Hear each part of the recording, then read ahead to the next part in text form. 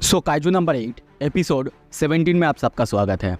पिछले एपिसोड में हमने देखा था काफका के बारे में अब सबको पता चल चुका है। मतलब काफका उन सबको बचाने के लिए खुद उन सबके सामने ट्रांसफॉर्म होता है और उस बॉम्ब को हवा में फेंक देता है। अब आगे एपिसोड के शुरू में हम देखते हैं कई ऑफिसर्स यानी कई बोर्ड मेंबर्स ऑफिसर्स को, कई सीनियर ऑफिसर्स को जो कि इसी बारे में बात कर रहे हैं। उनको विश्वास नहीं हो रहा है कोई ह्यूमन ऐसे कैसे काइजू का रूप ले सकता है।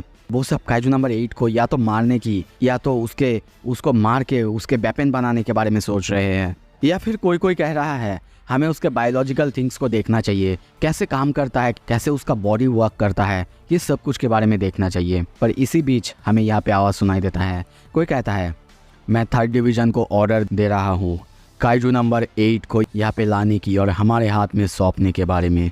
और यहाँ पे हम और कोई नहीं, director general of the defence force Isao Shinomiya को देखते हैं, यानी किकोरू शिनोमिया के फादर। सीन शिफ्ट होता है। कुछ ही देर बाद हम देखते हैं काफका को, जिसे कि एक जगह पर कैद करके रखा गया है। वो सो रहा था। दूसरी तरफ हम देखते हैं सभी ऊपर से उसे देख रहे थे। उन सबको भी विश्वास नहीं हो रहा था। काइजू नंबर 8 उनके सामने है जो कि ह्यूमन फॉर्म में है। वहीं पे हम वाइस कैप्टन होसना को देखते हैं। काइजू नंबर 8 के वाइटल्स अब स्टेबल है, मतलब देख के नहीं लग रहा है कि वो फिर से ट्रांसफॉर्म होगा।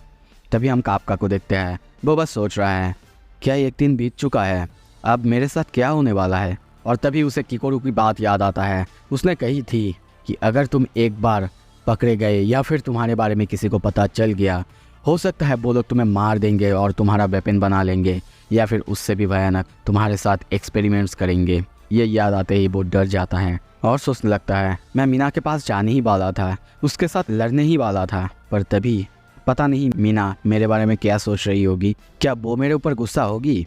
तभी वो ये सब सोच रहा था। तभी देखते हैं मीना आशिरो अपने 2 ऑफिसर्स के साथ वहाँ पे आता है। आके कहता है तुमको ट्रांसफ़र किया जा रहा है HQ फैसिलिटीज़ में।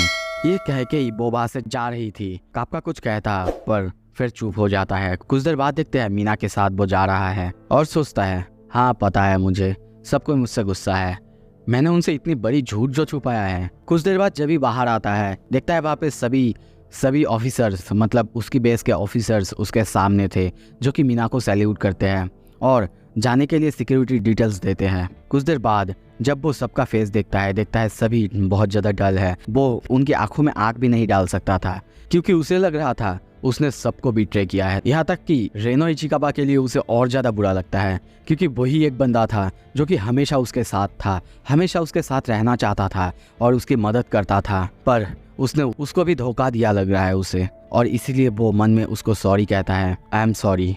पर वो कुछ और कहता तभी आवाज़ आता है सर, और पीछे रेनो को देखते हैं। वो कहता है मुझे आप पर पूरा विश्वास है सर, आप ज़रूर वापस आएंगे। काफका को ये समझ नहीं आता। वो सामने देखता है।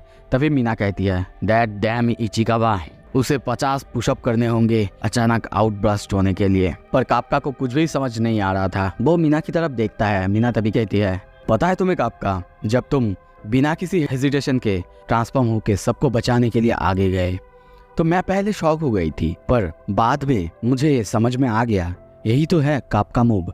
काफका तो ऐसा ही करता है और तुम्हें चिंता करने की जरूरत नहीं है। हमारे पास तुम्हारे टेस्टिमोनी और फुटेजेस है। अगर हम लोगों ने प्रूव कर दिया कि तुम एक ह्यूमन हो, काइजू नहीं, तो फिर बहुत ज्यादा चांसेस है ऑल्सो तुम एक डिफेंस ऑफिसर हो और तुम्हें चिंता करने की और जरूरत नहीं।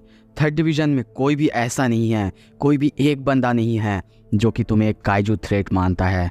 ये सुन के काफका शॉक होता है और अंदर ही अंदर बहुत खुश और रिलीफ भी महसूस करता है क्योंकि अब तक उसे लग रहा था सब उससे डरेंगे। कुछ देर बाद काफका को बैठने के लिए कहती है और कहती है काफका हिबिनो, बेस ऑन आर्टिकल 13 तुम्हें अराइक मैरीटाइम बेस पर ले जाया जा रहा है ताकि ये इंश्योर किया जाए कि सिटीजन सेफ है कि नहीं। वो काफका की तरफ देख भी नहीं रही थी, पर तभी काफका कहती है मीना, क्या मैं अभी भी तुम्हारे साथ लड़ने के बारे में सोच सकता हूँ। ये सुन के मीना थोड़ी देर चुप होती है, पर तभी थोड़ा सा स्माइल देते हुए कहती है श्योर, मैं तुम्हारा वेट करूँगी। काफका ये सुन के खुश होता है और खुशी में रोने लगता है। सीन शिफ्ट होता है। कुछ देर बाद हम काफका को एक बहुत बड़ी सी जगह में देखते हैं। एक रूम में उसको बंधा हुआ देखते हैं जहाँ पे उसको कैद करके रखा गया है। सीन शिफ्ट होता है। कुछ देर बाद हम रेनो इचिकाबा, हारुइची और इहारू को देखते हैं। यहाँ तक कि वही भी वहाँ पे है। वो सब पहले तो चुप है, इसी बारे में सोच रहे हैं उनके सामने क्या हुआ था। तभी यारू कहता है, यार मुझे अभी भी विश्वास नहीं हो रहा है, कौन सोच सकता है वो बुढ़ा आदमी काइजू नंबर 8 हो सकता है। वो रेनो की तरफ देखता है पर रेनो बिल्कुल चुप है। तभी ऑपरेशन रूम से आवाज़ आता है। मीना उनको इस जगह से किसी और डिवीज़न में ट्रांसफ़र के बारे में कहती है, क्योंकि उस काइजू के हमले की वजह से बेस का 70% तबाह हो चुका है, तो अभी उन्हें दूसरे फैसिलिटीज़ में जाना ही होगा। पहले काइजू नंबर 9, उसके बाद काइजू नंबर 10 जो कि एक डाई काइजू है, ऐसे ही आते जा रहे हैं। तो उन सबको लगता है कि अब ऐसे चलता रहेगा। ये सुन के यारू डर जाता है और कहता है, क्या मैम और आएंगे मतलब? वो कहती है, सिर्फ और नहीं, हो सकता है एक ही बार में सब मिल के भी आ सकते हैं और इसका हल तुम सब हो, इसीलिए मैं तुमको किसी और डिवीज़न में भेज रही हूँ, सबसे टैलेंटेड लोगों के पास, जहाँ पे तुमको अपनी लिमिट भी क्रॉस करने को मिलेगा। तुम अपने आप की पावर्स को बढ़ा सकते हो। पर यारू पहले सोचता है वो नहीं जाएगा, क्योंकि वो इसी डिवीज़न में रहना चाहता है, इसी डिवीज़न में रह के मीना आशिरों के साथ लड़ना चाहता है। पर तभी आवाज़ आता है, मैं करूँगा। और वहाँ पे हम रेनो को देखते हैं जो कि बहुत ज़्यादा सीरियस है। रेनो कहता है, मुझे और ज़्यादा स्ट्रॉन्ग होना है। और उसी के साथ हारुइची वो भी हाँ कर देता है, ओई वो भी हाँ कर देता है। सबको ऐसे हाँ करते हुए देख के यारू को गुस्सा आ जाता है। रेनो की तरफ देखते हुए कहता है, हाँ अगर तुम लोग जा रहे हो तो मैं भी जाऊँगा, मुझे भी स्ट्रॉन्ग होना है। पर रेनो फिर भी चुप था और मन में सोचता है, आई स्वेयर मैं और ज़्यादा स्ट्रॉन्ग होऊंगा, और ज़्यादा स्ट्रॉन्ग, ताकि आपको बचा सकूं। मेरे लिए रुकना सर, मेरे लिए रुकना, आप मुझ पर भरोसा कर सकते हो। सीन शिफ्ट होता है, तभी हम इसाओ शिनोमिया को देखते हैं। उसके सामने किकोरू आई है। वो किकोरू को कहती है, काम बताओ अपना। किकोरू कहती है, डायरेक्टर जनरल शिनोमिया सर, मैं यहाँ पे आई हूँ एक रिक्वेस्ट करने के लिए। मैं काप्का को डिस्पोज करना, उसके बारे में कुछ बताने आई हूँ। उसने पर्सनली मेरी लाइफ बचाया है सर, इसीलिए मैं हमले रिक्वेस्ट करती हूँ उसका जो पनिशमेंट। पर वो ये कहती है उससे पहले, तभी वो कहता है, पैथेटिक फूल, ऑलरेडी 3rd डिवीजन कैप्टन मीनाशिरो ने ये बता दिया है, तुम्हें बताने की ज़रूरत नहीं। क्या तुम मुझे यहाँ पे ये बताने आई हो कि तुम कितना कमज़ोर हो कि दूसरा कोई तुम्हें आके बचा रहा है? ये सुन के किकोरू बहुत ज़्यादा हैरान होती है। और तभी देखते हैं बाप एक रिपोर्ट देता है। इसाओ कहते हैं, ये है उसकी बॉडी का एक्सरे। उसकी बॉडी में दाएं तरफ देखो, वहाँ पे हार्ट नहीं बल्कि कोर है। वो कोई ह्यूमन नहीं है। पर किकोरू को ये देख के बिल्कुल विश्वास नहीं होता है। इसाओ फिर से कहते हैं, वो कोई ह्यूमन नहीं है, वो एक काइजू है, वैसा ही काइजू जिसने कि तुम्हारे माँ को मारा था। अगर तुम समझ चुके हो तो बाहर जाओ यहाँ से। किकोरू चुप हो जाती है, पर तभी कहती है, डैडी फिर भी मैं चाहता हूँ आप उस पर बिलीव करें। हम काप्का को बंधे हुए कैद में देखते हैं।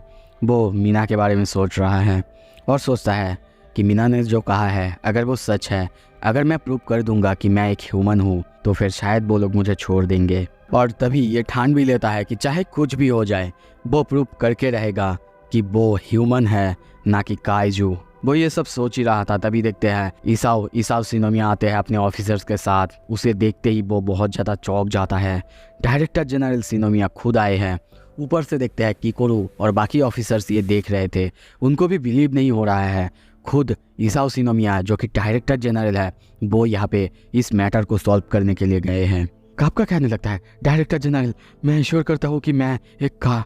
पर वो ये कहता, उससे पहले इसाओ कहते हैं, उसको रिलीज़ करो। ये सुन के वहाँ पे सारे ऑफिसर्स यहाँ तक कि काप्का खुद चौंकता है। ऑफिसर्स कहने लगते हैं, पर सर काइजू नंबर 8 तो बहुत ज़्यादा।